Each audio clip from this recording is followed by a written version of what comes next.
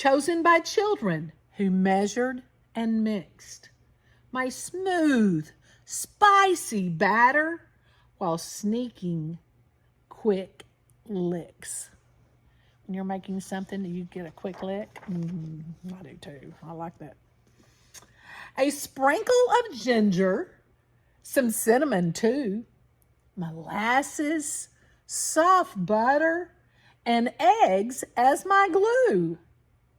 Then, in their classroom, the children began to roll me and mold me to look like a man.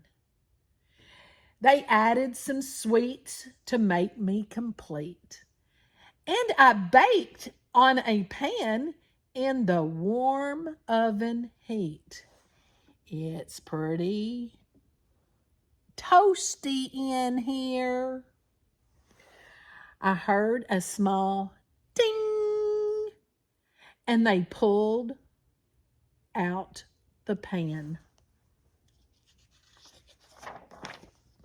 Finally, I thought, I'm a gingerbread man. The teacher called, "Recess!" The class jumped in line. They raced out the door and they left me behind.